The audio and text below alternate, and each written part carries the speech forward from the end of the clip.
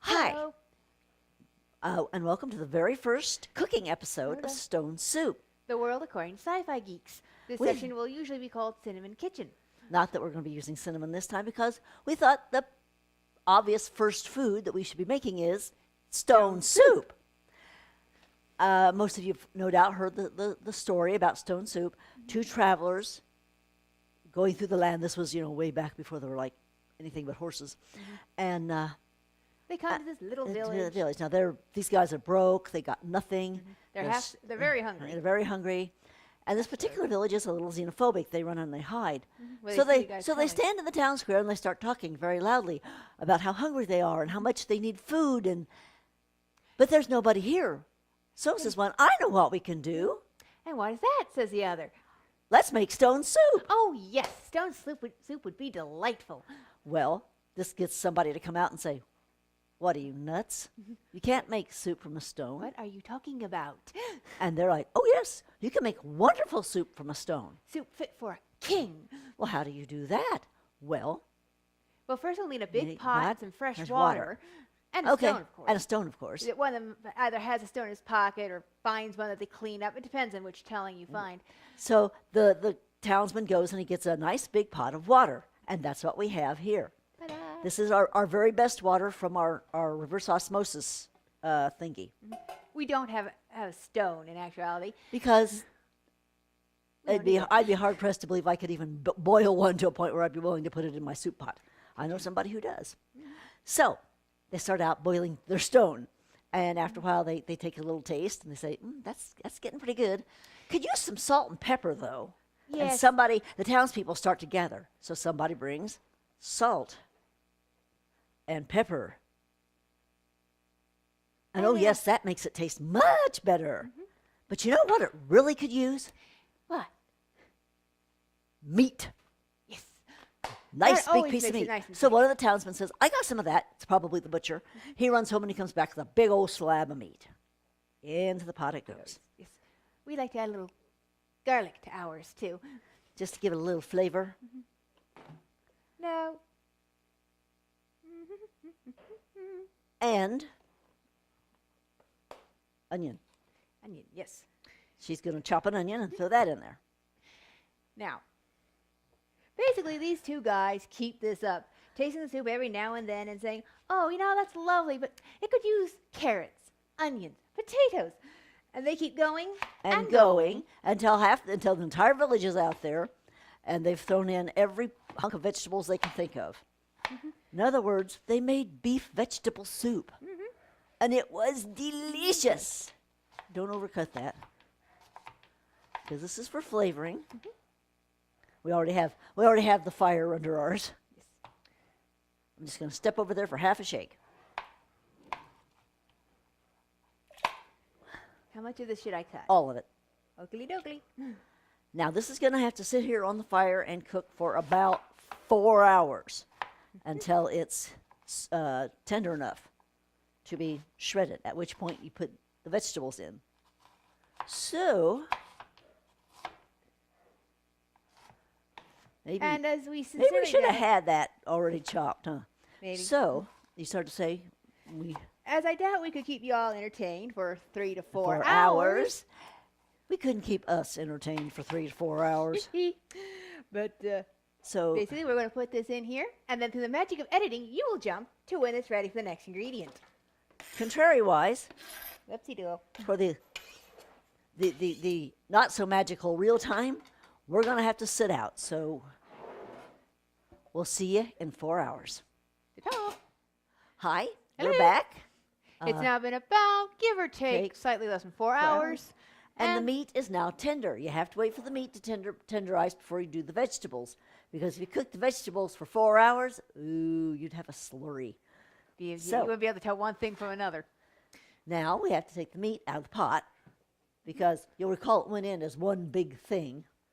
And, well, it's going to be a little hard for people to eat. Yeah. We have to shred it. We have to shred it. Okay, now how do I get it out of there? Oh dear. I don't know, tongs of some sort, I assume? Tongs would be good.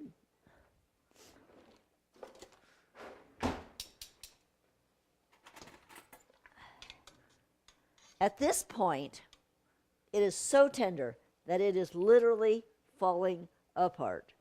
Which is what you want. Yeah. Yeah, that's true. That is what you want. And by the way, it smells fabulous. Yes. I know they say this all the time on TV and what have you, but we wish you could smell this. It really is a lovely odor. While she tears that up into bite-sized bits, I will be adding vegetables.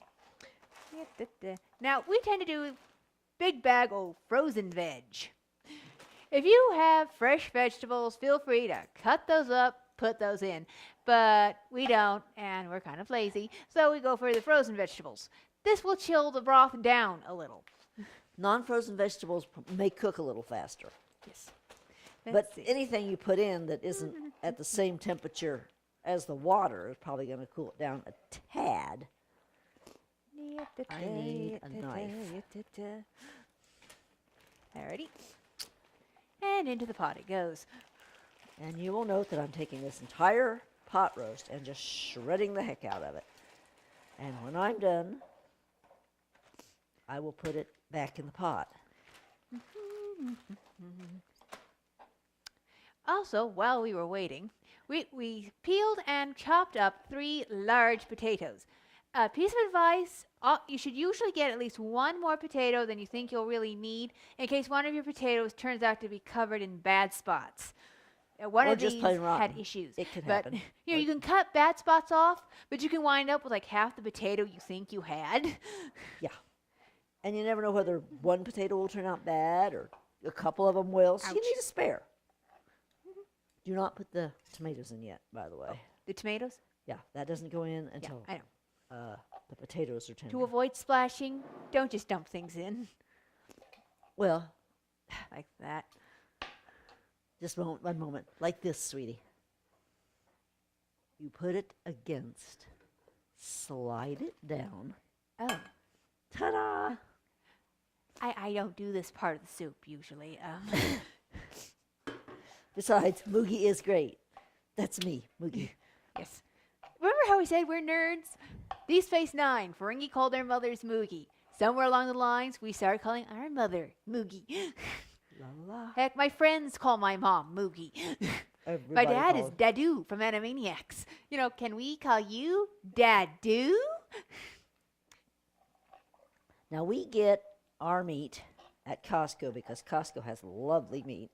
And as you can see, there's just no waste here. This is all just gorgeous meat.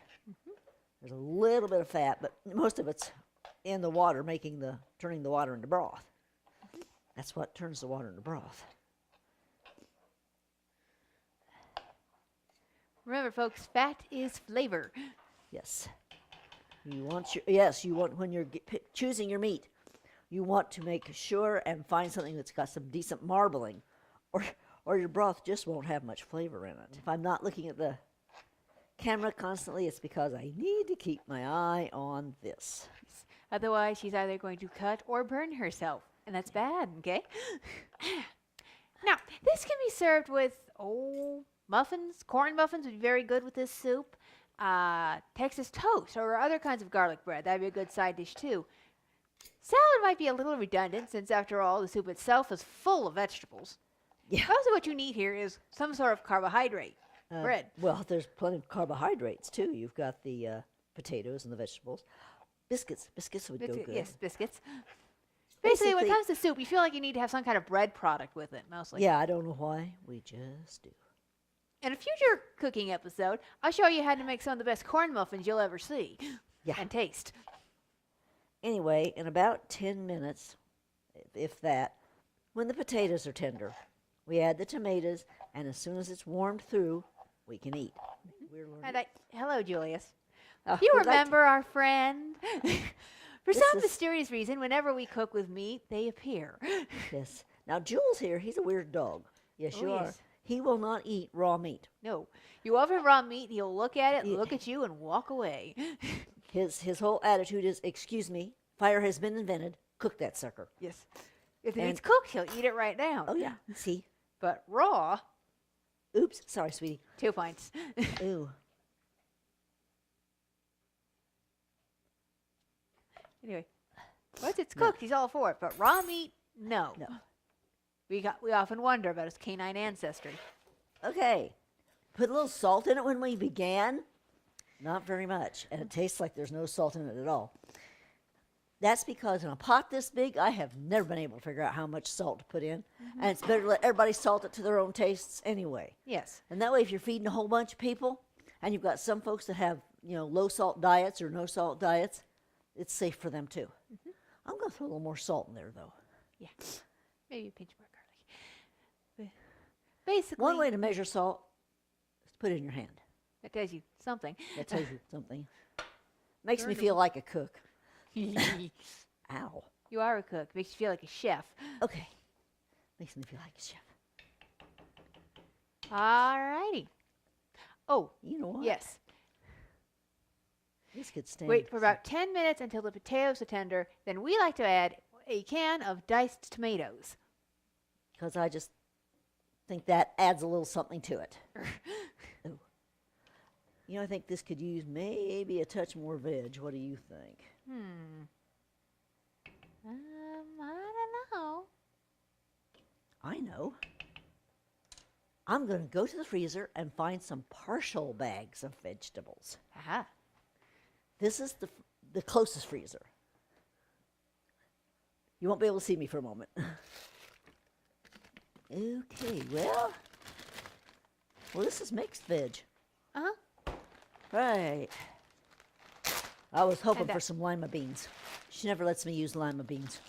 Because no one else in the family likes lima beans. I like lima beans. Lima beans are good.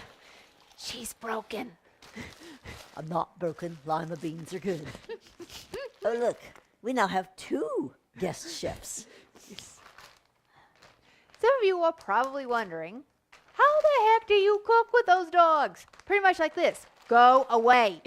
Yeah. You dance around them. You shove them out of the way. Sometimes when we're working here at the counter, there'll suddenly be a head right there under your arm. It's like, hello. Yes, hello. You get used to it. Yeah. They live here and we're used to it. And Augustus, get your head out of that sink. But it smells good, he says. Anywho. So anywho, in about 10 minutes, this will be ready to eat. And that's all. For We'll stone see you in soup. about 10 minutes. Hi, we're back. It's now been actually a bit more like 15 minutes. Minutes? Remember when I said the frozen veg would cool it down some? We forgot you need to wait for it to come back to a boil. Then the potatoes will get soft. Anywho. Once the potatoes softened up you stick a fork in and it pops apart, we added one large can of Hunt's diced tomatoes. I suppose you could, take tomatoes out of your garden, give them a quick parboil, peel them and chop them and dice them yourself, but let Hunt's do it. It's good Saves for a lot of time. Saves a lot of time. So let's see it what has we've now got. had time to heat through with the tomatoes. And Oh my goodness. oh my Turning God. the heat down a Down a skosh. Hey, no, boiling soup. That's good. That means it's cooked. Yeah. And we have a ladle. This household is well blessed with ladles, by the way. Oh, that's kind Hold of on. deep, and I don't want to burn my hand. And after you've gotten all the neighbors to bring their veg and their meat And spices. and spices, you wind up, I'm going to come over to the camera, with something that looks like this. And it is delicious. You just add a little salt and pepper, and you eat it all up. If you can think of something to garnish it with, go for it. We were trying to think of something you could garnish it with, but all I could come up with was cheese, because I garnished chili with cheese, but cheese would be weird in this. Maybe crumbled crackers. But if you can think of something, go for it. Let us know. Anyway, Yep. now if you'll excuse us, It's our dinner time. Good night, all. So join us next.